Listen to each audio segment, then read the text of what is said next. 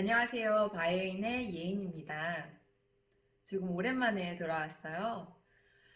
무엇보다 코로나 바이러스가 여기 덴마크에서도 이제 다시 여름 지나서면서부터 기승을 부려서 많은 회사들이 재택근무 의사 결정을 내렸어요. 저희 남편이 근무하고 있는 회사도 재택근무를 이제 원칙으로 하는 걸로 지금 바뀌었거든요. 중요한 뭐 미팅이 있어서 물리적으로 와야 되는 경우를 제외하고서는 이제 다 재택근무를 하는 걸로 바뀌었는데 남편이 좀 미팅이 많아요. 그래서 그리고 그러니까 화상 미팅을 할 때 되게 목소리가 크더라고요. 문을 닫고 있어도 다른 방에서도 남편 목소리가 이렇게 백그라운드로 계속 들려서 녹화를 할 수가 없더라고요.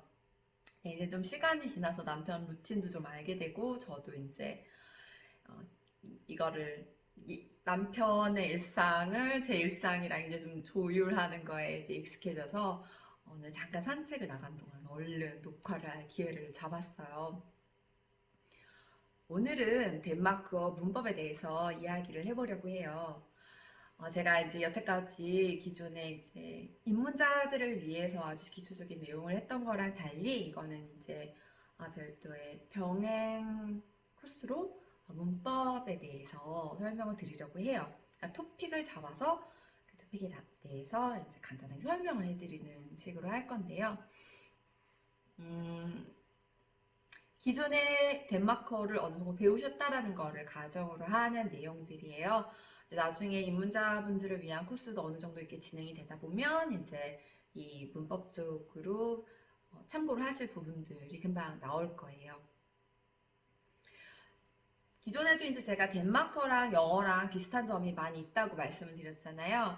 어, 이제 문법적으로 상당 부분이 많이 비슷해요. 그런데 이제 좀 두드러지게 다른 것들이 이렇게 덴마크에서는 좀 더 규칙인 게 영어에서는 규칙보다는 약간 그럴 수도 있고 아닐 수도 있고 이제 이렇게 쓰이는 것들이 있어요.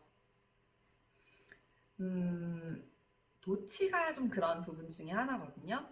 영어에서도 도치가 발견되고 그 발견되는 경우는 대부분의 덴마크어에서도 어, 도치의 규칙으로 활용을 할 수 있는 경우들이 있어요. 그런데 이제 영어에서는 도치를 하지 않아도 되는 경우, 덴마크어에서 도치를 꼭 해야 되는 것들이 있거든요. 이제 그런 점 때문에 처음 덴마크어를 배울 때 이 도치가 좀 되게 사람을 귀찮게 좀 하죠.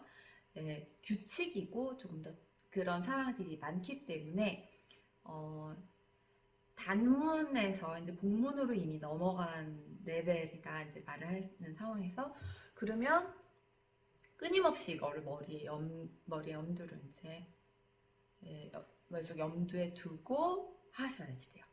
네, 아니면 실수를 하죠. 물론 실수를 해도 다 알아듣는데 어, 음, 나중에 저도 이제 한참 배우고 나서 보니까 이런 구조를 이해를 하고서 이거대로 말을 하겠다라는 기대가 좀 있으면 어떤 이런 도치가 생기면 문장의 구성이 어떻게 돼 있다라는 거를 미리 예감을 할 수 있게 된다든가 그런 단순히 이렇게 어렵게 번거롭게 하려고 해서 존재하는 거는 아니라는 거를 느끼게 되더라고요.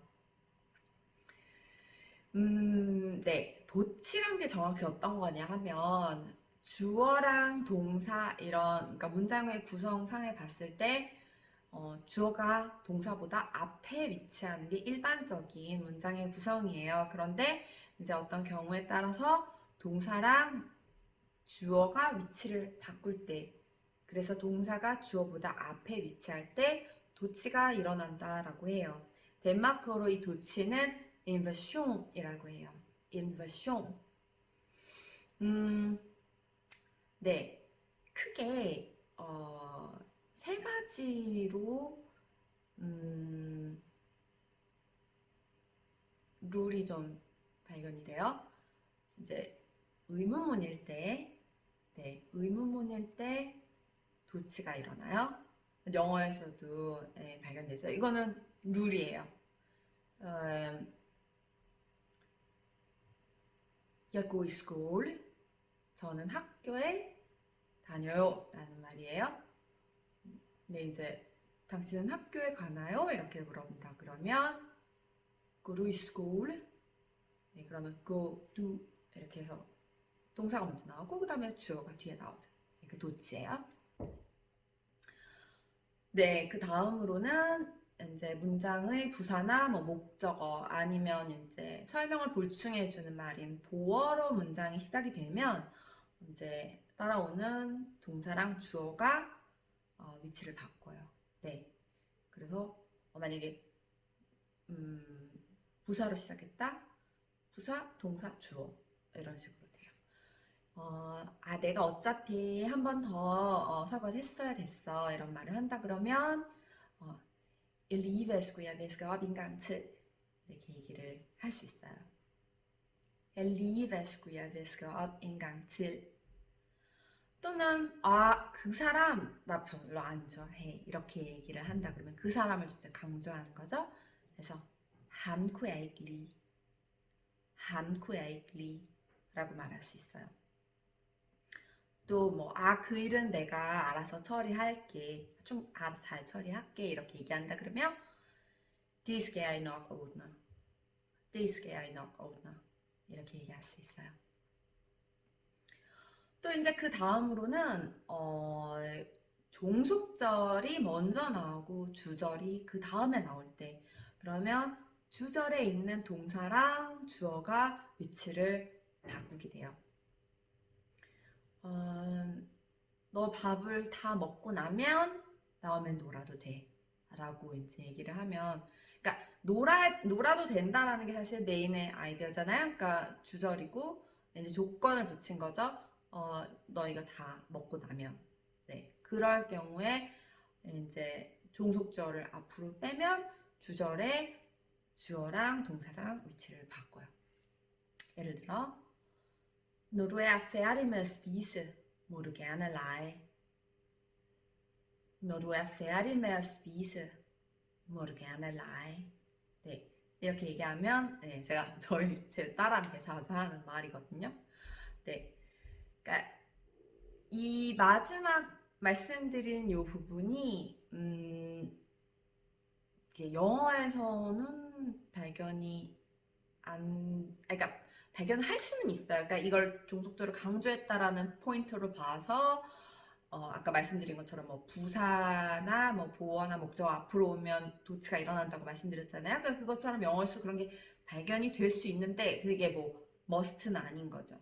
이제 덴마크에서는 must이기 때문에 기억을 잘 하셨다가 종속절을 앞에다가 먼저 말했다. 그러면 꼭 잊지 말고 주절에서 도치를 해주셔야 돼요. 참고로 도치는 종속절에서는 일어날 수가 없다는 거를 기억해 두시면 좋아요.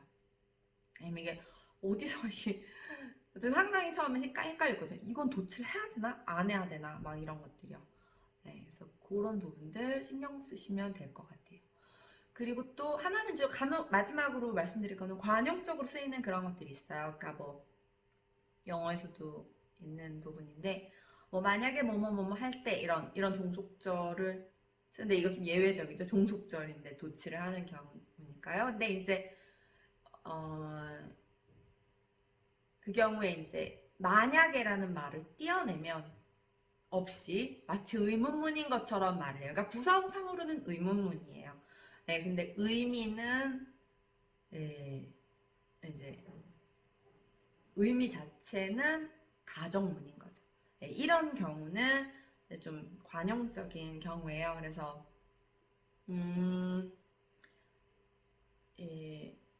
아까 말씀드렸던 예문을 좀 바꾸면 Hvis du er færdig med at spise, må du gerne lege. 이런 말에서 vis를 떼면 Er du færdig med at spise, må du gerne lege. Er du færdig med at spise, må du gerne lege. 이렇게 말할 수 있어요.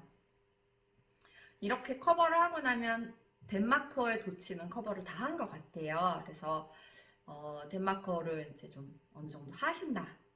그런데 도치가 유난히 어렵다 이러면 이 원칙들을 한번 되새김질을 해보시면 앞으로 말씀하시는데 도움이 많이 될 것 같아요. 오늘 내용은 어떠셨어요? 네, 좀 새로운 내용 형태로 다가가기로 한 거라서 어떨지 모르겠는데 제가 헷갈렸던 부분들 그런 걸 중심으로 계속 다뤄보려고 해요. 네, 오늘도 내용이 좋으셨다 그러면 좋아요랑 구독하기 꼭 눌러주세요. 네, 오늘도 좋은 하루 되세요. 또 뵐게요. 감사합니다. Vi må have en rigtig god dag. På gensyn.